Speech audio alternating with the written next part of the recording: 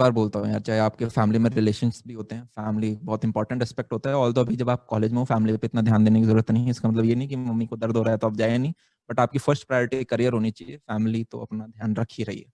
एक बार आप करियर पे अगले 3-4 साल जरूर ध्यान दो। This was part of mental health. फिर दूसरी होती है फिटनेस हेल्थ, जिसपे मैं खुद ज्यादा काम नहीं कर पाया, तो आपको क्या ही बोलूं। 10th क्लास तक तो यार फिटनेस पे बहुत ज्यादा ध्यान देते थे। 4-5 घंटे लॉन टेनिस की वजह से कोचिंग होती थी, फिटनेस पे काम होता था। 11th में पापा जी ने कहा कि ओके बेटा इंजीनियरिंग कर लो, तो ठीक है। सोचा था घर पे ही पुशअप वुशअप मार लेंगे, पर वो सारी चीजें ना बोलना ही आसान है, इम्प्लीमेंट करनी उतनी ही मुश्किल होती है। धीरे धीरे 12th तक गए, ऑल दो पतले ही थे हम। फर्स्ट सेकंड ईयर में आए, थोड़ा थोड़ा स्पोर्ट्स करते थे, पर उतना ज्यादा नहीं होता था। ऐसा होता था हफ्ते में एक आध बार भाग के आ गए, 2 बार भाग लिए, कभी 7 दिन भाग लिए, पर फिर 7 दिन नहीं भी भागे। तो फिटनेस वाला पार्ट मेरा कभी इतना स्ट्रांग रहा नहीं, ना जरूरत पड़ी, पतले से ही थे। फिर कॉलेज खत्म हुआ। अब पिछले 6 महीने में मुझे लग रहा है मैं वेट गेन कर रहा हूँ। तो अब पिछले 1 महीने से मैंने पार्क वार्क जाना दोबारा बुढ़े अंकलों की तरह स्टार्ट किया है। नेक्स्ट एस्पेक्ट है जिसके लिए आई गेस आप सबसे ज्यादा उत्सुक हो, वो है फाइनेंशियल एस्पेक्ट। फाइनेंशियल एस्पेक्ट में मेरा ये मानना है, अगर आप जीरो से स्टार्ट नहीं हो रहे हो तो आप बहुत, जैसे कुछ होते हैं ना यार, पहली बात तो आई गेस आप गूगल पे सर्च करो, मेरे को एग्जैक्ट नंबर याद नहीं है। 70 से 80% मिलियनर्स जो आज के दिन है वो सेल्फ मेड है। आई गेस 82% है या 72% है, मेरे को एग्जैक्ट फिगर याद नहीं आ रहा। तो जब सारी सेल्फ मेड हैं, तो हम एक तो सबसे पहले उस चीज को हटा दें कि यार जो बड़ा आदमी मुझे दिख रहा है वो तो बड़े बाप का बेटा था, या फिर उसे कुछ चीज इनहेरेंट हुई थी।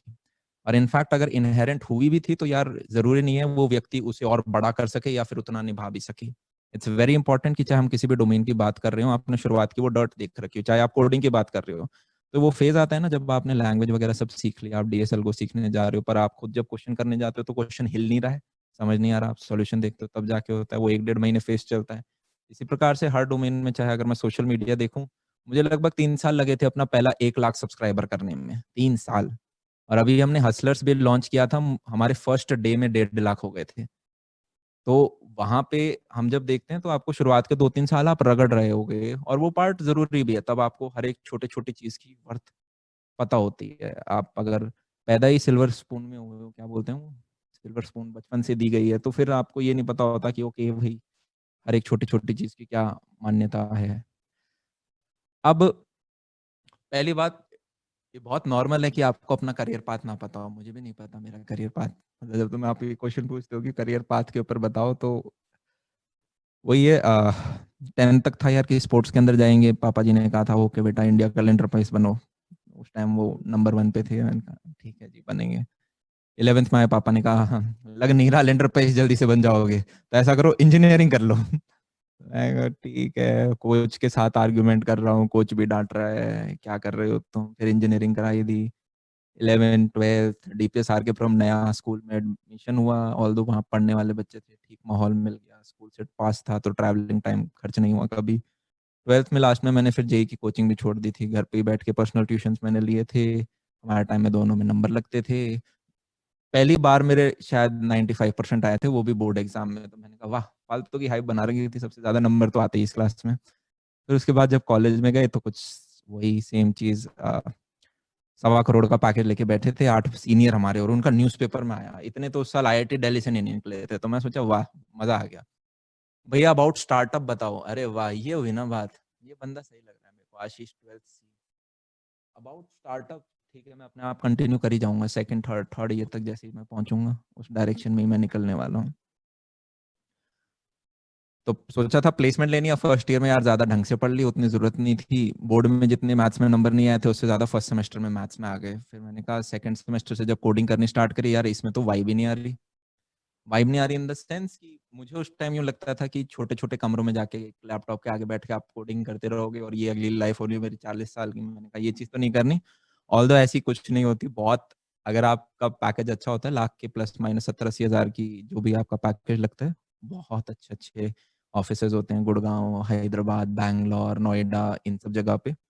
और आपके फ्लेक्सिबल टाइमिंग्स होते हैं, वर्क फ्रॉम होम आप कर सकते हो। फ्लेक्सिबल का मतलब ये नहीं कि 2 घंटे काम करके आ जाओ, 8-8 10-10 घंटे वहां पे भी आपको काम करना पड़ेगा, पर सीन चिल होता है, कैफेटेरिया होता है, लंच आप कितना भी खा सकते हो, वीकेंड पार्टीज होती हैं, सैटरडे संडे चिल कर रहे हो।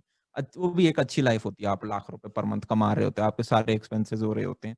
आप जिस क्राउड के बीच में होते हो वो सारे के सारे इंटेलिजेंट हैं, वो बहुत इंपॉर्टेंट है, सब कोड कर रहे हैं और हर दिन आप नया दिमाग लगा रहे हो, ठीक है। हम प्रोडक्ट बेस्ड कंपनी में है, तो प्रोडक्ट जैसे जैसे मॉडिफाई हो रहा है आपको अकॉर्डिंगली नई चीज आइडियाज इंप्लीमेंट करने पड़ रहे हैं, तो एक अच्छा एनवायरनमेंट है वो भी। फिर घर में क्योंकि सरकारी वाले बहुत थे, तो सोचा कि सरकारी बन जाते, क्योंकि यार असली कदर तो बहुत होती है उनकी। मैंने भाइयों की शादियां होते हुए देखी थी, तो जिन भाइयों को कोई नहीं पूछता था, भाई नौकरी के बाद घर में सब पूछ रहे उन्हें। तो मैंने कहा यार ये चीज भी बहुत सही है। भाई इनकम टैक्स में है, वो उधर लगा हुआ है। मैंने फिर दीदी निकल गई आईएएफएस, मैंने कहा वाह। तो मैं अपने भाइयों में सबसे ज्यादा समझदार था, तो मुझे लगता था इन्होंने कर लिया तो मतलब आसानी चीज होती होगी, अपन भी कर ही लेंगे।